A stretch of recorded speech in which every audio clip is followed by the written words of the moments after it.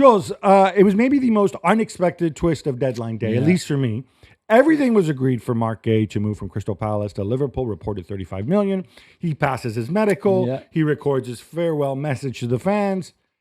And then everything collapses. Yeah. What happened? Well, I think what happened is that Crystal Palace could not find the replacement that they wanted or more replacement. They signed a really talented young French centre-back, JD Convo, who comes from Bondy, like William Saliba and Kylian Mbappe, and very good. And they spend a lot of money on him because he's going to be that great. But they needed more body, more experience only. So they looked at Igor, for example, at Brighton and a couple of others, and just could not make it before the deadline there. And I think Oliver Glasner, in an emergency meeting on Monday night, said, listen, if we let Guéhi go and not bring anybody else but the young Frenchman, then this is not good enough for me, and I would walk out. And it was either they took the money but lost the manager, or didn't take the money and kept the manager, and they took the second decision.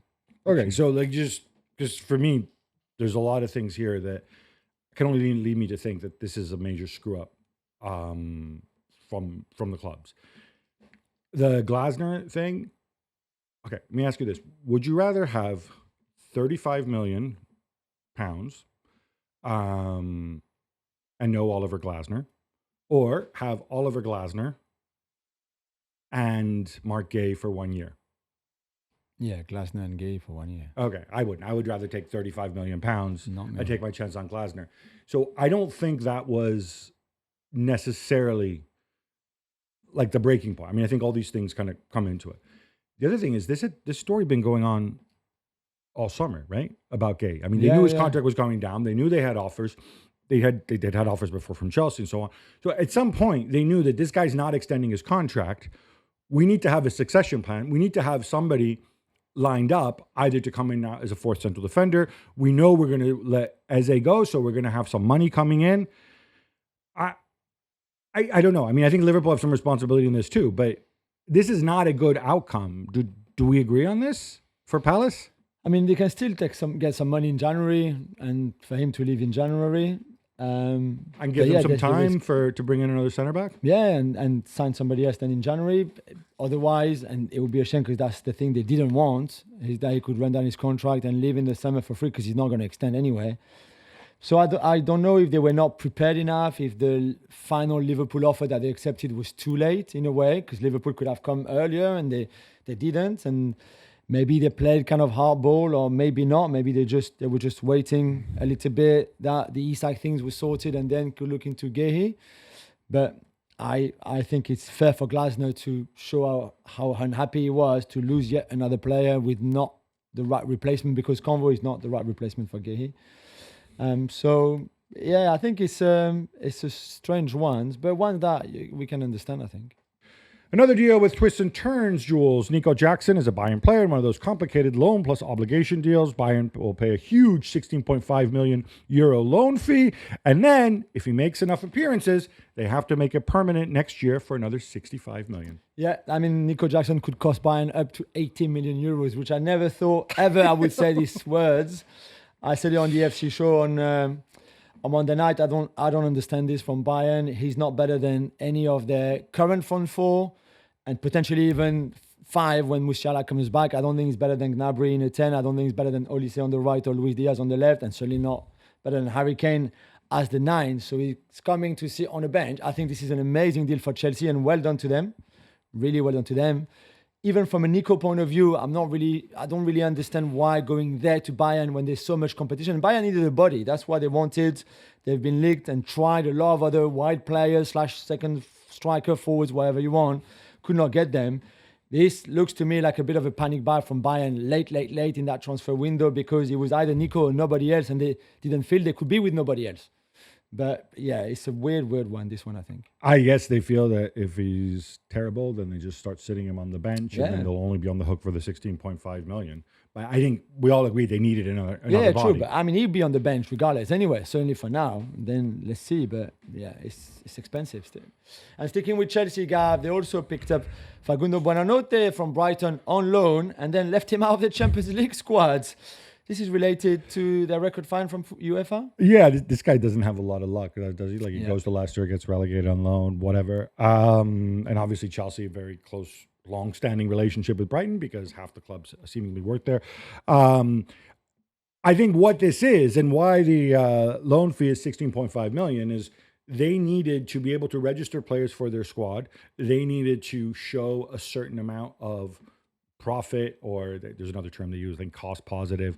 Is really complicated, but there's a reason basically why Madueke left, why Nkunku left, and why Jackson left for the fees that they did, and why Chelsea held out so long to make it happen.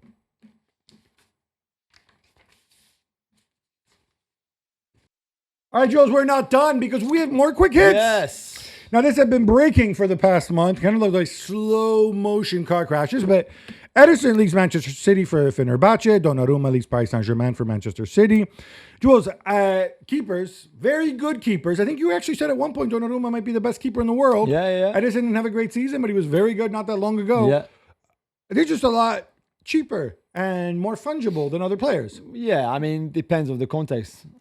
Onana was not cheaper at 50 million. But yeah, in the case of Donnarumma with 1 year left on his contract and PSG putting him in the stands, for Ederson at his age, 32, and not much of a future at City because they signed 2 other goalkeepers, then yeah, of course, they're not going to go for 50 million like Onana did a couple of years ago. But yeah, it depends. I mean, the Dibu Martinez case is interesting as well because it would not have cost much had United signed him, or if Galatasaray, who seems to be still interested in him, want to sign him. So maybe there's something, but I guess it's maybe more the situation, the age, the contract, and things like that, more than anything else, really. Donnarumma to me to City simply feels like, okay, we had a different plan.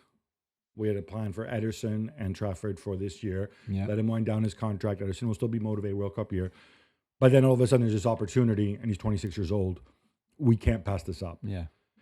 I am surprised that nobody else had much interest in Ederson. And people can say he had a poor season last year. That's fine. But look at his age. Look at, he's 1 year from free agency. Yeah. And then he'd rather goes to Fenerbahce, a team that doesn't even have a coach. Yeah. It's weird. Weird. It is. And sticking with Manchester City, Manuel Akanji joins Inter on loan, and my boy Benjamin Pavard is off to Marseille. Wise choice from Inter? Yeah, we were talking about the financial engineering, loans, blah, blah, blah, options to buy, obligations to buy. If you get to Akanji 2 years ago was a monster. He was so good. Last year, he struggled. I don't think it was entirely his fault. I think partly was injuries. I think partly was no Rodri. Obviously, there's not going to be Rodri at Inter either. But I like his versatility. Pavard at Inter turned out to be much, much better than I thought he was going to be. Yeah. So hats off to you, Benjamin. A big contract too. So they got rid of a big contract. And that was, I think, but then again, Akanji's contract is not going to be that much bigger. Yeah. So I know, slot one guy in for the other. Newcastle announced Isak's departure with a very terse statement, Jules. No love lost there. No. To replace him, in addition to Voldemort, Nick Voltemade, they finally got Yohan Wissa. Yeah, finally. But they had to pay more money. We've said that through the whole summer. Their first offer was £25 million. And then there was another one, but still too far from the valuation that Brentford had for him. In the end, it was 55. And I think this is a hell of a wonderful deal for Brentford. And Newcastle wanted their guy, so they had to pay. Like they had to pay for Voltemade almost, not twice, but not far from twice what Bayern were offering. And when you think that Joao Pedro was their first choice, really, this summer, they just took a long time and to decide and make their mind up about Joao Pedro, so long that Chelsea actually came with a slightly better offer, certainly for the player. And then he decided to go to Chelsea when he was happy a few days before to go to Newcastle. So I'm not really sure I understand exactly what the Newcastle idea was in terms of let's replace Alexander Isak, because, okay, Ekitike they really wanted and they just could not compete with Liverpool. But even Strand Larsen, at some point they could have had him. So what, if you sign Strand Larsen, you don't sign Wissa or no Voltemade, but then you pay all that money for Voltemade and you don't go again for Strand Larsen? It's just a bit hard to follow, I think, a club where there's no CEO and no sporting director. Let's not forget, as much as I love Andy Howe and I think he's brilliant, this looks like they struggle a little bit this summer. You nailed it. I don't think that they had it. It's too big a job for one guy, however much you like Eddie Howe and his friend Jason Tyndall. It's just too big a job to go and have all the ins and outs. 55 million for Wissa with a year left at his age is just beyond. It does smack of panic buy all over, frankly. Let's talk Emi Martinez now, Gab. Then we mentioned him a little bit earlier on the goalkeeper answer, but he reportedly agreed personal terms with Manchester United on deadline day. But then they opted to sign Senne Lammens from Royal Antwerp and not Emi Martinez. What happened? Well, Senne Lammens is very good, one of the best goalkeepers. Younger, he won the World Cup. This is all bizarre. Obviously, Emi Martinez was running his contract down. Then he signed a new deal with Villa. So you thought, okay, this is to preserve his transfer value. One theory that came out is that this is somehow linked to Jadon Sancho, who of course ended up going to Villa on loan. I only buy that to a certain point because look, United obviously had to write off Sancho, right? And so Emi Martinez has been in this situation all summer. Anybody who can run a Google search will know that Aston Villa had major PSR issues, which is why they had the summer window that they did. So the opportunity was there, and I don't know if somebody clever at Manchester United was saying, "Oh wait, let's go and get our money back for Onana. Oh, maybe Altai will become good. Oh, let's plan for the future with Lemons." I know he's not that much older than Altai. To me, this is another miss. I'm not a big Debu fan, but I think he's a very good goalkeeper. I think they needed somebody like him, to be fair, with that personality and leadership they don't have. And I think Lamens is potentially very good for the future. But for now, because he's coming at the number one, right? You would think so, spend 20 million and somebody sits on the bench. So, but what does Onana say? I know, but he's already on the bench, so he just has to stay there. More United. Anthony's move to Betis is confirmed, and he said that he loves Betis so much that he turned down the chance to join Bayern. Yeah, because Bayern thought, that Michael Olise on that right-hand side is not very good. I want the guy who dribbles and does all the tricks instead. Let's just sign somebody else to play on that right wing because we're not happy at all with Michael Olise. So, hey, what about Anthony? Yes, let's go. I don't believe a second that Bayern tried to sign Anthony at all. That is crazy to me. But hey, at least he's got back to a place where he was happy, certainly much happier than Old Trafford, and good for him. And for Betis, Betis fan loved him for what he did last season. Yeah, so. I think he was offered to Bayern, and Bayern said no. And they said, "Hey, Anthony, how about Bayern?" He's like, "Okay, yeah, maybe, but what about Betis? We're better weather." By the way, what we said before about amortization, 22 million plus another 3 million. This is one deal where I do not think that they're taking a hit on, or they're not going to make it back, even with the magic of amortization. Yeah, even with the magic. Harvey Elliott has joined Aston Villa on loan as well with obligation to buy. Gab, you're a big fan, so you'll be happy to know there's a buyback clause. Okay, while I gave Liverpool's people a hard time before, the smartest guys in the room for... Look, I'm saying they screwed up the Guéhi deal. Somebody screwed up the Guéhi deal. They didn't get out over the line. On this one, I can only say chapeau. You put together the most brilliantly, financially engineered deal, I think, in the history of mankind, because he goes there on loan. Villa have an obligation to make the deal permanent for a set fee. I think 35 million is what was written in there. But Liverpool have a buyback in case he's actually really good. Yeah. Presumably, it's, again, a reasonable amount. And then on top of that, they also get a sell-on fee. If Elliott's so good that suddenly, next year he signs for Barcelona to replace Lamine Yamal. If he's good for Barcelona, he'd probably be good for Liverpool as well. Exactly. But that's true. But, they'll have Mo Salah in that position maybe. So who knows? Yunus Musa has moved from AC Milan to Atalanta. Gab, will he have more luck there? So in theory, yes, as if he settles in permanently into kind of the wing-back role. Obviously, no Gasperini at Atalanta anymore, but certainly the setup is what it is. I think it's a good deal for Milan. It's 4 million euros loan fee, which clearly he wasn't going to fit into Allegri's plans this year. If you're a U.S. men's national team fan, he will get the opportunity to play. Whether he keeps his position or not, I don't know. There's obviously going to be there's a lot of doubts over Juric about what Atalanta are going to look like post Gasperini. It's a 24 million euro option to buy from Atalanta to make the deal permanent, which I think is a fair price. It's not just the Premier League spending big in the transfer window. Major League Soccer have broken their transfer record 3 times in the past year. So this is really funny to me. So obviously they relaxed the rules in MLS, and now you don't just have to trade players like in baseball or basketball. Clubs within MLS can also spend money on it. They've also relaxed rules about out-of-pocket spending from owners. So the transfer record's been broken 3 times. So can you? You and I know who these guys are. Yeah. I'm going to guess most of the general public. Two of these three people, they have no idea who they are. Definitely. You want to tell us who they are? Yeah, so Kevin Danke, Emanuele Latelath, who played for Middlesbrough in the Championship here in England, and Heung-min Son, obviously, that everybody knows. But yeah, I mean, Danke was a very good young player that then I think his career didn't really go like a lot of us expected. And he moved to Cincinnati, I think. Yeah, Cincinnati. Latelath was outstanding, very good in the Championship, but I still felt that they overpaid for him. And then Heung-min... Moved to Atlanta. Atlanta, sorry, yeah. And Heung-min Son in Los Angeles with 1 year left on his contract at his age, they paid $26 million or something like that, which is, or even pound maybe, I can't remember. Which is a mad... It's a... Good work, Fabio Paratici. Yeah, you got that's your money. an amazing Guy deal with a for year Spurs. left is crazy. Yeah, it is. Although, then again, on the Yohan Wissa scale, yeah, true. he's only a couple years older than Wissa. Yeah. He's many orders of magnitude better than Wissa, and Wissa's cost more than twice as much. So, yeah. So what happened? Did they relax the rules? Because they relaxed the rules and they started spending this money.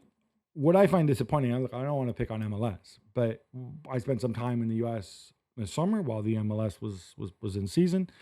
And it seems like all the talk all the time is about Inter Miami and Lionel Messi. Right. It's like the other people don't even exist. Right. I'm talking about what filters through into the mainstream media. Yeah. I would have thought if you've broken, and look, maybe it'll be different now with Son. Obviously, that's more recent. If you've broken your transfer record 3 times, I even asked people, football fans that I met at the Club World Cup, and who were MLS fans, like, hey, at the time it was Emmanuel Latelath was the most expensive player. He held the record, right? I asked them, hey, do you know who the most expensive player in MLS history is? I don't know. Is it Thiago Almada, who had it before? Had it before, yeah. It was like Denki and Emmanuel Latelath didn't exist. And I find this weird. I'm like, why wouldn't you promote these guys? Why wouldn't you? It's really weird. Point. And you can say, it's because they're not particularly good. They're not big names. And no big names, yeah. But they're still record signings. Yeah. And your club still spent a lot of money on them because these are serious. Yeah, apparently MLS, the 8th biggest spending league. So things are changing. Will it be enough for some very angry football fans in the US? It will be enough for their liking? I don't know. But yeah, I thought that was odd. And Gab, 2 deadline deals we didn't talk about earlier were Fabio Silva from Wolves to Borussia Dortmund and Christos Uche from Getafe to Crystal Palace. They both had heartfelt farewell messages, didn't they? Yeah. That they wrote really with passion and sincerity. Some internet sleuths pointed this out, that they basically delivered the exact same messages to their old fans, and including stuff like, oh, I wish I could have, I hope I could have done better for you, which is slightly suspicious in the Uche case because he wasn't bad at Getafe and they got a really good fee for him. Yeah. Fabio Silva, you could kind of maybe see because, let's face it, that was some other Mendes, Uncle George magic, right? Yeah. But yeah, so there's suggestions. So you basically saying that AI has kind of helped them to produce the same message. That it wasn't immediately clear from what I read who was first with their message. And I do know because the thought they crossed my mind, since like Uncle George is everywhere. Yeah. Is Uncle George involved with Uche as well? Apparently not. Apparently it's a different agency. So, yeah, whoever does their social media. Again, Fabio Silva totally denies this. So maybe it's possible that whoever does Uche's social media felt the need to, oh, look, where's a nice heartfelt message I can copy. Yeah.